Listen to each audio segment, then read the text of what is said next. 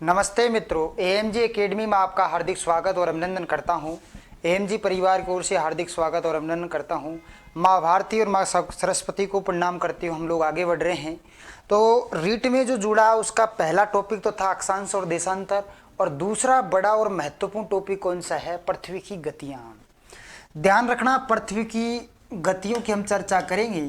पृथ्वी की गतियों की हम जब चर्चा करेंगे भैया तो देखिएगा, पृथ्वी की गतियाँ। अब पृथ्वी की गतियों की हम चर्चा करें, पृथ्वी की गति या अर्थ ऑफ मोशन की हम चर्चा करें तो पृथ्वी की गति देखते हैं तो पृथ्वी भैया, हम लोग अगर ग्लोब पर देखें तो पृथ्वी क्या करती है भैया? ये अपनी पृथ्वी है तो ये पृथ्वी गोल है तो ये अपन को पश्चिम से पूरब की ओर ऐसे रोटेट करती है। कैसे रोटेट करती है भैया? पश्चिम से पूरब की ओर रोटेट करती है, अर्थात ये एंटी क्लॉकवाइज घूमती है हमारी पृथ्वी। जो भाग सूर्य के पहले जो, तो इस प्रकार से पूरब से पश्चिम की तरफ घुमाएंगे इसको तो सबसे पहले कौन सा पार्ट आएगा? पूरब वाला पार्ट आएगा। और पूरब वाला पार्ट आने से क्या, इसका पहले पूरब वाला आने से सबसे पहले सूर्य उदय कौन सी दिशा में होगा? पूरब दिशा में। इसलिए भारत पूर्वी दिशा में स्थित होने के कारण सबसे पहले सूर्य उदय भारत के पूर्वी भाग में होता है, और वो भी कौन से में? अरुणाचल प्रदेश के बालंगु में। तो ये बातें हैं, पृथ्वी पश्चिम से पूरब दिशा की एंटी क्लॉकवाइज रोटेट करती है, लेकिन पृथ्वी अपने अक्ष पर भी घूमती है और उसके बाद में भैया ये क्या करती? सूर्य के चक्कर भी लगाती है। तो देखिए आप लोग आगे, पृथ्वी की गतियों की हम चर्चा करें तो पृथ्वी की गति कितने प्रकार की होती है? 2 प्रकार की। देखिएगा, पृथ्वी की गति कितने प्रकार की होती है? 2 प्रकार की गतियां होती है। देखो इधर, पहली गति होती है भैया, नाम बड़े महत्वपूर्ण इनके। पहली गति होती है भैया दैनिक गति कह दो, या इसको भैया घूर्णन गति कह दो, या इसको परिभ्रमण गति कह दो, या इसको क्या कह दो भैया? परिभ्रमण। परिभ्रमण दैनिक गति कह दो, या इसको आप लोग घूर्णन गति कह दो, या इसको आप परिभ्रमण गति कह दो। उसके बाद में जो दूसरी गति होती है वो होती है भैया परिक्रमण गति। परिक्रमण गति कह सकते हैं, उसके बाद में वार्षिक गति कह सकते हैं। परिक्रमण गति या वार्षिक गति दोनों के नाम से इसे जाना जाता है। या तो इसको परिक्रमण गति कह दो या इसको वार्षिक गति कह दो। इसकी अवधि होती है 24 घंटे। इसकी अवधि कितनी होती है भैया? 24 घंटे। और इसकी अवधि होती है भैया 365 सही 1/4। अब 1/4 का थोड़ा अर्थ में समझा देता हूँ। यहाँ 1/4 का अर्थ हुआ इस प्रकार से, 24 की बात करें हम लोग तो 6 चौका कितना होता है? 24। इसका मतलब 6 घंटे। 365 दिन और 6 घंटे, ये 1/4 प्लस 1/4 प्लस 1/4 प्लस 1/4, ये 4 बात होती हैं। और जब इनका 4 एलसीएम लेगा तो 4 1 प्लस 1 प्लस 1 और प्लस 1, टोटल 4 में 4 का भाग देंगे तो 1 वर्ष आता है। अर्थात यह वर्ष लीप वर्ष में कन्वर्ट हो जाता है। इस कारण से कभी 366 से कितने दिन का होता है? 366। 4 वर्ष में जब, और किस माह में जोड़ा जाता है? फरवरी माह में जोड़ा जाता है। इसलिए 29 की फरवरी होगी। कौन से माह, कौन से कितने दिनों की होगी फरवरी? उस समय 29 की, क्योंकि ये 1/4 1/4 1/4 1/4 जुड़कर 4 सालों में 1 वर्ष का निर्माण कर देते हैं। और जब 1 वर्ष का ये निर्माण करते हैं तो उससे भैया फरवरी में इसका इफेक्ट आता है और ये फरवरी के माह में क्या होते हैं? जुड़ जाते हैं। आगे बात समझ में। तो भैया एक तो होती है इसकी दैनिक गति कह दो। पहली बात आप लोग दैनिक गति कह सकते हैं, उसके बाद इसको घूर्णन गति कह सकते हैं, या इसको परिभ्रमण गति कह सकते हैं। उसके बाद में परिक्रमण गति या वार्षिक गति। वार्षिक गति या परिभ्रमण गति 365 से ही 1/4 दिनों में संपूर्ण होती है, जबकि परिक्रमण जो अपन लोग दैनिक गति देख रहे हैं वो 24 घंटे में पूर्ण हो जाती है। तो आप लोगों ने देखा यहाँ पर अपना ग्लोब है, और इस ग्लोब में आप देख रहे हैं पश्चिम, जो अपनी पृथ्वी पूरब से पश्चिम से पूरब की ओर रोटेट कर रही है।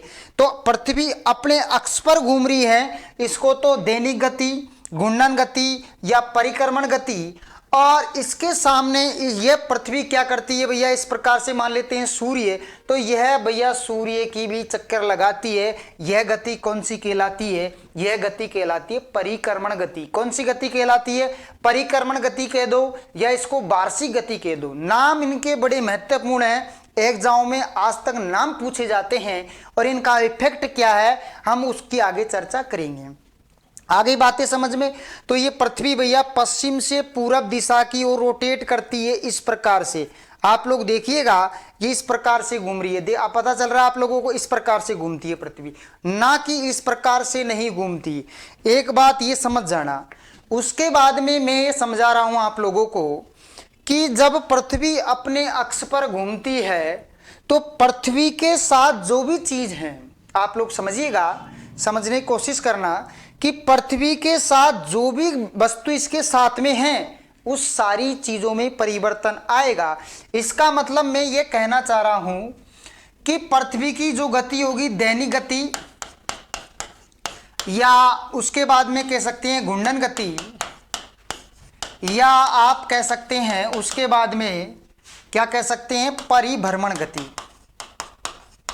परिभ्रमण गति, अगर आप लोग ये परिक्रमण गति, दैनिक गति और घूर्णन गति और परिभ्रमण गति का मतलब हो गया कि पृथ्वी अपने अक्ष पर इस प्रकार से रोटेट कर रही है, और पृथ्वी जब अपने इस प्रकार रोटेट कर रही है तो पृथ्वी के साथ जो चीजें हैं, पृथ्वी के साथ में जो चीजें हैं उनमें क्या होगा, परिवर्तन। अब उनमें क्या परिवर्तन होगा, तो मैं परिवर्तन यहां से बता देता हूं, समझिएगा। दैनिक गति, घूर्णन गति या परिक्रमण गति से परिवर्तन क्या होगा। परिवर्तन पहली बात तो होगा हवाओं में परिवर्तन होगा, हवाओं में परिवर्तन होगा। दूसरी चर्चा हम करें तो धाराओं में परिवर्तन होगा, धाराओं में परिवर्तन होगा। पहली चर्चा हम करें तो हवाओं में परिवर्तन होगा। आप लोगों ने इधर देखा होगा कि ये अपनी इक्वेटर है, जीरो लाइन जिसको भूमध्य रेखा, जो दो भागों में बांटती है, ऊपर वाला भाग उत्तरी गोलार्ध और नीचे वाला भाग दक्षिणी गोलार्ध कहलाता है। तो यहां से हवाएं फेरल के नियम के अनुसार जब उत्तरी गोलार्ध को पार करेगी, कोरियालिस बल के अनुसार उत्तरी गोलार्ध में पार करेगी तो दाईं ओर घूम जाएगी। ऐसा क्यों हो रहा है, क्योंकि अगर हवा यहां से इस प्रकार से आ रही है 90 डिग्री पर, उसके बाद में पृथ्वी इस प्रकार से रोटेट करती है, तो कोरियालिस बल भी तो पृथ्वी की घूर्णन गति के कारण उत्पन्न होता है। कोरियालिस बल भी पृथ्वी की घूर्णन गति के कारण उत्पन्न होता है। इस कारण यह इस प्रकार से हो गई, तो वह पृथ्वी से जैसे ही भैया ये हवाएं आ रही, व्यापारिक हवाएं, तो इस प्रकार से घूमते हुए ये दाईं ओर घूम जाती है। इसका मतलब पहली बात ग्लोब से स्पष्ट हुई कि अगर पृथ्वी अपने अक्ष पर घूर्णन करती है, पृथ्वी अपने अक्ष पर घूर्णन करती है तो उससे होता क्या, पहली बात तो हवाओं में परिवर्तन आ गया। भाई पृथ्वी, अब हवा कहाँ चलेगी, पृथ्वी पर, और पृथ्वी जब रोटेट करेगी तो भैया पृथ्वी जब रोटेट करेगी तो पृथ्वी के साथ जो चीजें उनमें परिवर्तन आएगा, स्वाभाविक है। तो परिवर्तन आता है किसके कारण, पृथ्वी अपने अक्ष पर रोटेट के कारण। और धाराओं में ये सेकंड ग्रेड में यहां से बहुत ज्यादा बार क्वेश्चन पूछा गया है कि धाराओं में परिवर्तन के कारण, किसके कारण, तो धाराओं में परिवर्तन परिभ्रमण के कारण होता है। परि का मतलब चारों ओर, भ्रमण का मतलब घूमना, अर्थात चारों ओर घूमना। तो चारों ओर कौन घूम रही है, पृथ्वी। परिक्रमण का मतलब होता है स्वयं किसी के परिक्रमा करना। आगे बात समझ में, दोनों का मैं कंफ्यूजन यहां से हटा रहा हूं, आप लोग समझिएगा। एक तो है परिभ्रमण और दूसरा है परिक्रमण। पहला है परिभ्रमण, परि का मतलब होता है चारों ओर, भ्रमण का मतलब होता है घूमना। तो चारों ओर घूमना, कहां, अपने अक्ष पर घूमना या अपने एक्सिस पर घूमना, अपने एक्सिस पर घूमना या अपने अक्ष पर घूमना परिभ्रमण कहलाता है। इसके कारण हवाओं में परिवर्तन और इसके कारण धाराओं में परिवर्तन होता है। आगे बात धाराओं में कैसे होता है आप लोग समझिएगा। धाराओं में यहां पर मान लेते हैं कि ये अपना क्या है भैया, प्रशांत महासागर है। ये सारा रीजन कौन सा है, प्रशांत महासागर का, सारा एरिया प्रशांत महासागर का है। जब प्रशांत महासागर की हम चर्चा करें वाटर बॉडी की और जैसे अपन स्पष्ट रूप से इसको अपनी ऑफलाइन क्लास में और देख लेंगे, इनके साथ ग्लोब और किसी वाटर के साथ में देख लेंगे। तो ये सारा भाग किसका है? प्रशांत महासागर का है। जब भैया पृथ्वी इस प्रकार से रोटेट करेगी तो यहां का जल पीछे की तरफ आ जाएगा। यहां का जल, पृथ्वी जब इस प्रकार से रोटेट करेगी, पृथ्वी इस प्रकार से रोटेट कर रही है, यहां का जल इधर आ जाएगा और इधर का जल इधर आ जाएगा। इस कारण से पृथ्वी के रोटेट होने से धाराओं में क्या होता है? परिवर्तन होता है। धाराओं में क्या होता है? परिवर्तन होता है। ये महासागरीय धाराएं जो वर्ष भर चलती है, एक ही दिशा में चलती है, इन धाराओं में भी भैया क्या होता है? पृथ्वी में के घूर्णन के कारण इसमें क्या होता है? धाराओं में परिवर्तन आता है। परिक्रमण की वो चर्चा करें, परिभ्रमण के कारण धाराओं में परिवर्तन आता है, परिक्रमण के कारण धाराओं में, परिभ्रमण के कारण ऋतुओं में परिवर्तन आता है। हम लोगों ने चर्चा की। यहां से देखिएगा, यहां से देखेंगे हम लोग पृथ्वी की गति, अर्थ ऑफ मोशन को देखें। पृथ्वी की गति में एक तो होता है दैनिक घूर्णन या परिभ्रमण, इसको रोटेशन कहा जाता है, और इसको परिक्रमण को रिवोल्यूशन कहा जाता है। इसके बाद में हम लोगों ने देखा पहली पृथ्वी की दो प्रकार की गति होती है। उनमें पहली होती है दैनिक गति, घूर्णन गति और परिभ्रमण गति। दूसरी गति की हम चर्चा करें, परिक्रमण गति कह दो या वार्षिक गति, जिसकी अवधि 365 से 1/4 होती है, और परिभ्रमण की गति 24 घंटे होती है। यहां तक हम लोगों ने देखा। इसके बाद में यहां हम लोगों ने देखा कि दैनिक गति, घूर्णन गति या परिक्रमण गति के कारण क्या क्या होता है। तो पहली दैनिक गति और घूर्णन गति के कारण हवाओं में परिवर्तन, धाराओं में परिवर्तन, और दिन रात की अवधि में भी क्या आता है भैया? दिन रात की अवधि में अंतर। दिन व रात की अवधि में क्या होता है? अंतर आता है। वैसे इसको ये सिंप्लीफाई आगे होगा। उसके बाद में अगला की तरफ चर्चा करें हम लोग। अगला की तरफ चर्चा करें, वार्षिक गति के कारण क्या होता है। अगर हम वार्षिक गति की बात करें, 12 महीने की जो वार्षिक गति होती है, जो सूर्य के चारों तरफ चक्कर लगाती है, ठीक है, तो उस गति की हम क्या चर्चा करें? तो वार्षिक गति के कारण ऋतुओं में परिवर्तन आता है। वार्षिक गति के कारण ऋतुओं में परिवर्तन आता है। क्या आता है भैया? ऋतुओं में परिवर्तन आता है, सीजन में परिवर्तन आ जाता है। क्योंकि पृथ्वी, या समझिएगा और समझिएगा, पृथ्वी की हम बात करें तो पृथ्वी को देखिए आप लोग, तो हम लोग देखते हैं ग्लोब है, तो ग्लोब इस प्रकार से 23.5 डिग्री अक्षांश क्या होता है? झुका रहता है इस प्रकार से। अगर आप ग्लोब को देख रहे हैं तो 23.5 डिग्री अक्षांश इस प्रकार से या फिर इस प्रकार से। तो पृथ्वी का जो ग्लोब है, तो ग्लोब भैया ये पृथ्वी हमारी जो 23.5 डिग्री झुकी हुई है अपने अक्ष से। कैसे? देखिएगा, अगर अपन मानते हैं कि ये पृथ्वी है और ये पृथ्वी है, तो भैया पृथ्वी को हम लोग देखिए हैं तो पृथ्वी इस प्रकार से है। पृथ्वी अपने अक्ष पर, यह क्या है? काल्पनिक अक्ष है इसका, यह काल्पनिक अक्ष है। यह क्या, कौन सा अक्ष है भैया? यह काल्पनिक अक्ष है या इमेजिनरी एक्सिस है। ये काल्पनिक अक्ष के दो, ये इमेजरी एक्सिस के दो। इसके कारण होता क्या? ऋतुओं में परिवर्तन आता है। कि ऋतुओं में कैसे? जो भाग आपको इस प्रकार से सूर्य का दिखाई देगा, जो भाग आपको सूर्य का दिखाई ऐसे दिखाई दे रहा है, तो यहां से सूर्य आ रहा है, तो जो भाग इधर वाला है इसमें ज्यादा दिन की अवधि होगी। ये भाग फिर इधर होके ऐसे हो जाता है, तो इस भाग में फिर ऐसे हो जाता है, तो इस भाग में सूर्य की किरणें ज्यादा आएगी, तो सूर्य की अवधि इधर बढ़ जाएगी।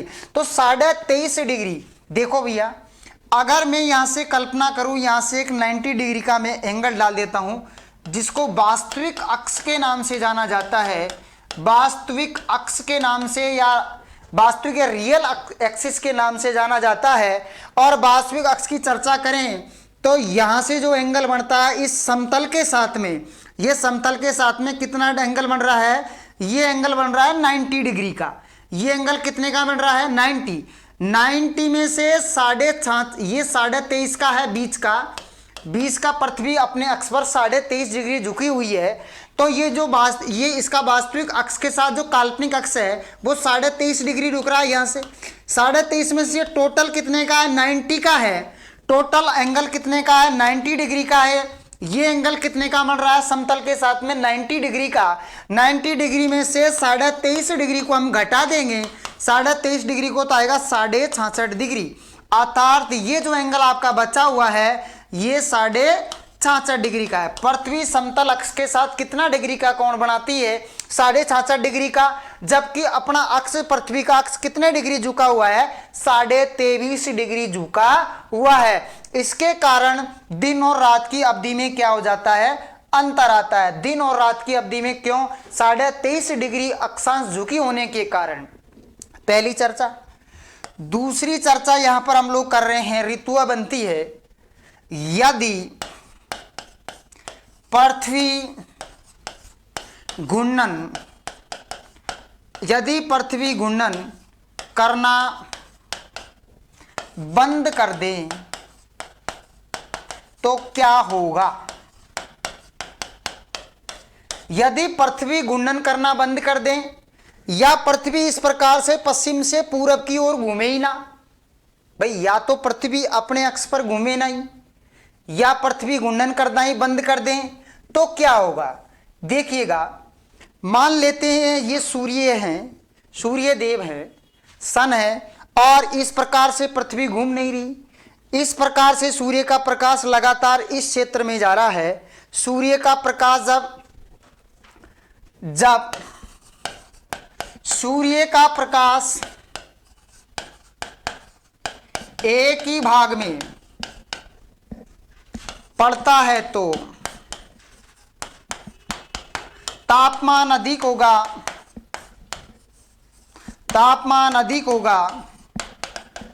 तथा वहां पर जीवन संभव नहीं है। आगे बात समझ में, कभी कभी क्वेश्चन पूछा जाता है कि पृथ्वी अगर घूर्णन या घूमना बंद कर दें तो क्या होगा। पहला पॉइंट आप लोग समझिएगा कि अगर पृथ्वी घूर्णन करना बंद कर दें, अगर ये ऐसे घूम रही हैं तो घूर्णन करना ही बंद कर दिया, सूर्य का प्रकाश तो पृथ्वी पर आएगा, घूमेगा नहीं तो एक ही तरफ आएगा। एक तरफ आएगा तो तापमान बढ़ जाएगा, तापमान में वृद्धि हो जाएगी और तापमान में वृद्धि होने के कारण वहां सूर्य तप इंसुलेशन की मात्रा ज्यादा होगी। सूर्य तप और इंसुलेशन की मात्रा ज्यादा होने के कारण वहां पर क्या नहीं होगा भैया, जीवन संभव नहीं है, क्योंकि गर्मी पड़ेगी और गर्मी पड़ेगी तो आदमी भी पिघलेगा और सारी चीजें जो भी वायुमंडल में आपको विद्यमान होगी वो सारी चीजें पिघल जाएगी और वहां पर जीना संभव नहीं होगा, कहीं पर की बीमारियां उत्पन्न हो जाएगी। इस कारण से हमारे पृथ्वी अगर घूर्णन बंद कर दें तो इस प्रकार से पहला इफेक्ट पड़ता है हमारा ये पड़ता है। ध्यान रखिएगा भैया, क्वेश्चन आता है, आप लोग बड़ी बारीकी से पढ़िएगा। बेहतर और मजबूत समझाने की बहुत ज़्यादा कोशिश कर रहा हूं मैं, तो आप लोग ज़्यादा से ज़्यादा इसको देखिएगा और शेयर लाइक करिएगा। लेकिन भैया आप लोग आगे भी हमसे जुड़ेंगे तो पहला कारण मैंने यहाँ से बता दिया कि पृथ्वी अगर रोटेशन करना बंद कर दें, घूर्णन करना बंद कर दें तो क्या इफेक्ट पड़ेगा। इफेक्ट पड़ेगा, पहला कारण आप लोगों को मैं बता चुका हूं। दूसरा कारण देखेंगे, यदि पृथ्वी घूर्णन करना बंद कर दें, यदि पृथ्वी घूर्णन बंद कर दें तो सूर्य के विपरीत भाग में तापमान नहीं पहुंचेगा तथा वहां पर अगला देखिएगा क्या नहीं होगा, तापमान नहीं पहुंचेगा तथा वहां पर तापमान नहीं पहुंचेगा तथा वहां पर होगा क्या, वहां पर अंधेरा छाया रहेगा या वहां पर ठंड बढ़ जाएगी या सर्दी बढ़ जाएगी या आप कह सकते हैं अपन लोग सर्दी बढ़ जाएगी। इस कारण वहां पर अंधेरा होगा तथा अगला देखिएगा वहां पर क्या होगा भैया, अंधेरा होगा। अगला देखिएगा, तो वहां पर भी जीवन संभव नहीं है। अंधेरा होगा, सूर्य तप नहीं पहुंचेगा, वहां पर सूर्य का प्रकाश नहीं पहुंचेगा तो ठंड बढ़ जाएगी। ठंड के कारण वहां पर किसी प्रकार की वनस्पति या सूर्य या आदमी वहां पर रह नहीं सकते, निवास नहीं कर सकते। दूसरा कारण ये है कि पृथ्वी अगर घूर्णन करना बंद कर दें या फिर अगर भैया पृथ्वी घूमे नहीं तो सूर्य के जो प्रकाश वाला भाग है वो हमको दिखाई देगा। और जो दिखाई देगा, अब ध्यान रखिएगा, ये ग्लोब है, यहां से सूर्य का प्रकाश आ रहा है, यहां से सूर्य का प्रकाश पड़ रहा है, इस टाइप से रहती है पृथ्वी, थोड़ी 23.5 डिग्री अपने अक्षांश से ढुकी हुई है, इस टाइप से आपको दिखाई देगी।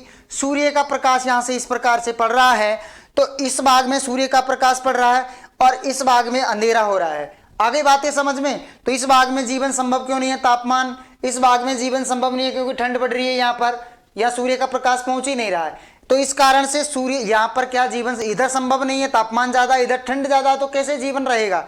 तो आप लोगों ने देखा कि यहां पर सूर्य का प्रकाश आ रहा है, यहां पर ठंड बढ़ रही है, अंधेरा हो रहा है, तो सूर्य के प्रकाश को और अंधेरे को जो मिलाने वाली रेखा है, एनसीईआरटी आरबीएससी बोर्ड में दे रखा है। आरबीएससी की जो बोर्ड की किताबें हैं, 12वीं का लेवल है रिट का, तो उसमें दे रखा है कि सूर्य का प्रकाश तथा सूर्य के विपरीत भाग को दर्शाने वाली रेखा, सूर्य के विपरीत भाग को दर्शाने वाली रेखा प्रदीप्त व्रत के नाम से जानी जाती है। प्रदीप्त व्रत के नाम से जानी जाती है। बहुत बहुत इंपॉर्टेंट है, ध्यान रखिएगा। NCERT class RBSC board exam 11वीं क्लास में है। 11वीं क्लास में ज्योग्राफी में देखना कि अपना सूर्य के प्रकाश और भैया विपरीत साइड में जो सूर्य का अंधेरा है, उन दोनों की जो रेखा यहां पर मिल रही है, यहां सूर्य का प्रकाश आ रहा, यहां से अंधेरा है, इस रेखा को और इस रेखा को मिलाने वाला जो व्रत कहलाएगा उसे कहा जाता है प्रदीप्त व्रत। उसे क्या कहते हैं भैया हम लोग? प्रदीप्त व्रत के नाम से जाना जाता है। आगे बातें समझ में? आगे आप लोगों को बातें समझ में? पहला हम लोगों ने देखा, तो ध्यान रखिएगा, पृथ्वी इस प्रकार से रोटेट करना बंद कर दें या सूर्य का प्रकाश किस प्रकार से आपको दिखाई दे रहा है, और चीज थोड़ा सा और देखेंगे। उसके बाद नेक्स्ट क्लास में 2 क्लास में पूरा हो जाएगा। हम लोगों ने देखा, पहली चीज हम लोगों ने यहां से डिस्कस करेंगे, पहले से ही सुनिएगा, आप लोग पहले से सुनिएगा, सारी चीजें आपको सामने प्रस्तुत होगी। मेहनत की आप लोगों को जरूरत होगी, ज्यादा से ज्यादा लाइक सब्सक्राइब और शेयर करिएगा। यहां से हम लोगों ने देखा, आप लोगों को बातें समझा दी मैंने कि भाई पृथ्वी अपने अक्ष पर घूमेगी तो क्या होगा, पृथ्वी सूर्य के चक्कर लगाएगी तो क्या होगा, पृथ्वी की गतियां, अर्थ ऑफ मोशन की हम चर्चा कर रहे हैं। एक तो होती है पृथ्वी की 2 प्रकार की गतियां होती हैं। पहली गतियों की हम चर्चा करें, दैनिक गति, घूर्णन गति, परिभ्रमण गति।